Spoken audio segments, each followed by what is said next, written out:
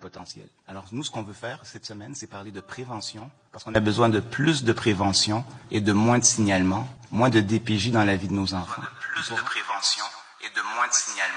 On a besoin de plus de prévention et de moins de signalement. J'aimerais emprunter les termes d'une travailleuse sociale, Madame C. Elle mentionnait à ses équipes qu'il fallait passer de bienveillance à bientraitance. Et c'est ça la prochaine étape, selon moi. Je pense que trop souvent, bienveillance se limite à signaler des enfants, alors que bientraitance nous demanderait de nous impliquer personnellement pour améliorer la situation de ces enfants. J'ai toutes sortes d'exemples que j'aimerais partager avec vous. J'ai rencontré une agricultrice une fois qui m'a dit que son conjoint étant malade, elle a dû avoir son enfant qui travaillait avec elle le matin avant d'aller à l'école. Puis l'enfant, on a signalé cet enfant-là parce qu'à l'école, on se plaignait qu'il ne sentait pas bon. C'était vraiment inapproprié, Monsieur le Président. Des enfants autistes qui se font signaler pour des histoires de boîtes à lunch qui contiennent toujours les mêmes aliments. C'est pas acceptable, Monsieur le Président. Les communautés culturelles aussi qui ont des enjeux particuliers au niveau de développement. Et encore, je pense que l'exemple qu'on voit le plus souvent actuellement, ce sont nos familles réfugiés qui traversent l'Amérique à pied avec leurs enfants pour leur donner un avenir meilleur. Et on n'a pas en place un système pour donner ce que ces enfants ont besoin, des services. Puis qu'est-ce qu'on fait à la place? On appelle la DPJ. Ça aussi, c'est inacceptable. C'est notre devoir de changer ça, Monsieur le Président.